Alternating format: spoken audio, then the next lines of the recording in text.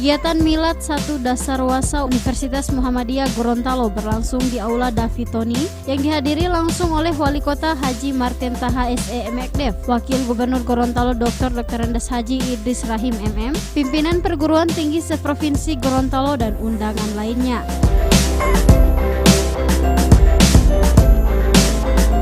Didirikan sejak tahun 2008 lalu, usia 10 tahun Universitas Muhammadiyah Gorontalo sebagai lembaga penyedia layanan pendidikan telah memiliki prestasi baik di bidang akademik maupun peningkatan sumber daya manusia, khususnya mahasiswa.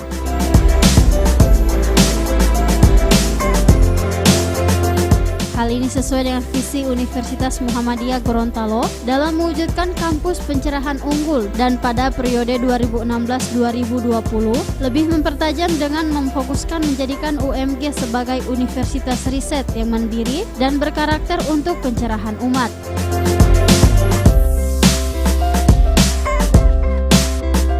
Untuk memberikan akses pendidikan untuk semua kalangan, maka pendidikan dan pengajaran di UMG tidak hanya melayani mahasiswa kelas reguler, namun melayani kelas extension yang berasal dari aparat sipil negara dan karyawan.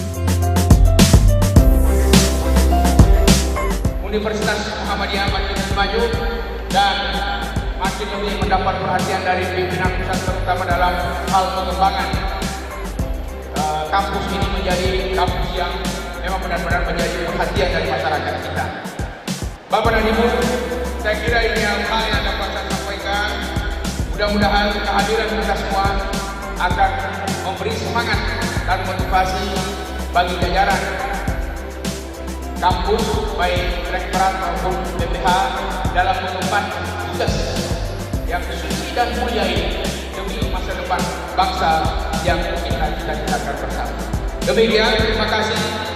Maju Muhammadiyah, sang surya tetap bersinar dan matahari tetap bersinar juga.